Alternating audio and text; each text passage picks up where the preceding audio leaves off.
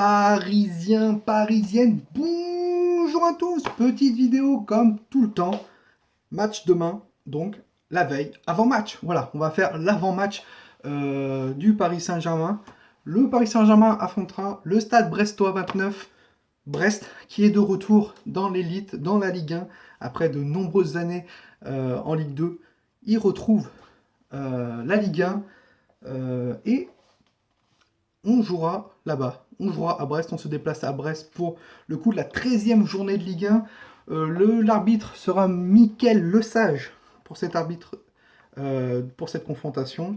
Coup d'envoi à 17h30 sur Canal+, à vérifier si c'est sur beIN Sport. À vérifier. Au niveau du classement général, les gars, le Paris Saint-Germain est premier avec 27 points. Je crois qu'ils ont entre 7 et 8 points d'écart avec le second. Mais attention, attention. Pourquoi je dis attention? Attention à Brest, parce que Brest viennent de monter en Ligue 1. L'année dernière, ils étaient en Ligue 2, ils montent en Ligue 1. Et comme c'est une personne qui vient de monter, on se dit, oui, bon, bah, allez, une petite gifle et tout, etc. Pas du tout, il faut faire attention. Le Brest est 9e avec 17 points. Et j'ai analysé l'équipe de Brest et vous allez voir que faut faire attention. Je ne suis pas sûr de la victoire du Paris Saint-Germain à 100% sur ce match-là. Après le match un peu catastrophique face à Bruges, la défaite face à Dijon, la seconde période face à l'OM qui était à chier, attention, attention.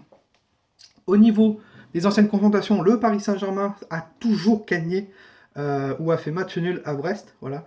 N'a jamais perdu à Brest. En 2012-2013, Brest avait perdu 3-0 face au Paris Saint-Germain chez eux. 2011-2012, Brest avait perdu 1-0 chez eux.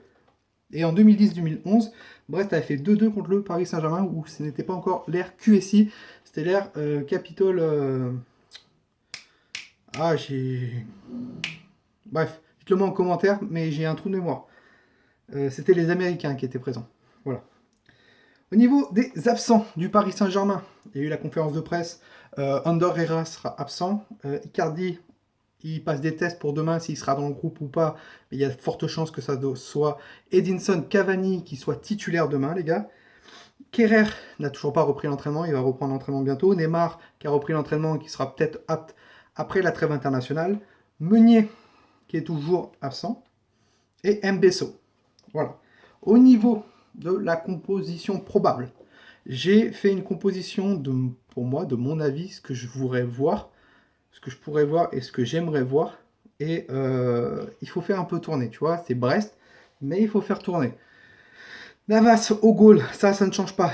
Dagba, Silva et Diallo. Et Kurzawa, voilà, parce qu'il faut le faire jouer celui-là.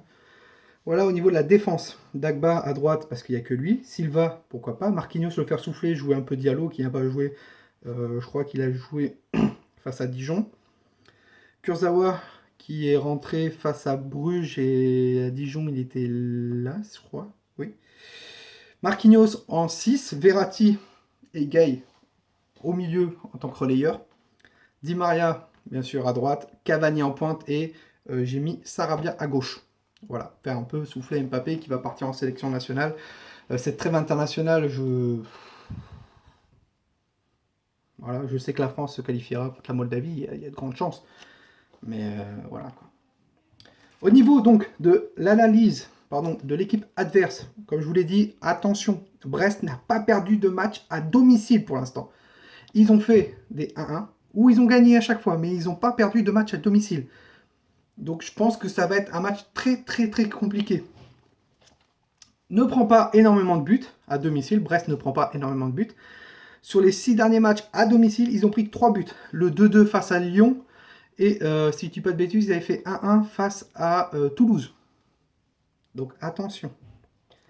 Et c'est une équipe défensive qui va tenter sa chance face au Paris Saint-Germain en contre-attaque. Je pense comme Bruges a fait, comme... non, pas Marseille, mais comme Dijon a fait, bien sûr. Mon pronostic pour ce match, je vois un match serré. Très très serré. Soit un 1-0, ou soit je vois un 2-1.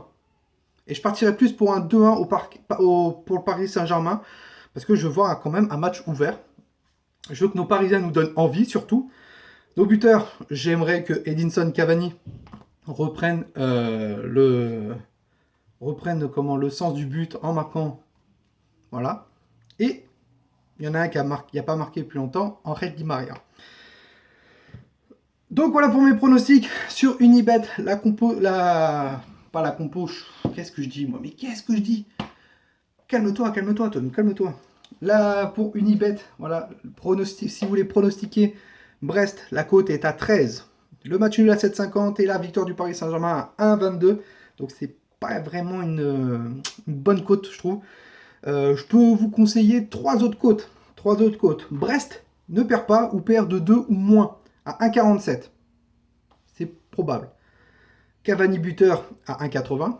Ça aussi, c'est probable s'il est titulaire. Il y a de fortes chances que Edinson marque. Et Paris gagne et plus de 2,5 buts, donc 3 buts dans le match. Cote à 1,52. Mais je vous le dis clairement, va falloir faire attention à Brest et pas montrer le même visage ce qu'on a fait face à Bruges et face à Dijon. Donc j'espère un réveil de nos Parisiens, pardon, parce que face à Bruges, c'était compliqué, vraiment. Face à Dijon, pareil, parce qu'on perd à Dijon, on joue encore à l'extérieur, mais il va falloir y retourner, quoi. Parce que là, la trêve internationale va arriver, ils vont pouvoir un peu se reposer, Tourelle va pouvoir mettre des choses en place et tous les internationaux vont partir. Mais va falloir montrer autre chose, vraiment. Vraiment autre chose, parce que depuis la dernière trêve internationale, c'était pas trop ça quand même. Voilà, on a gagné le match important 4-0 face à Marseille. On a fait 4-1 face à Nice, d'accord. Mais le reste, c'était pas top.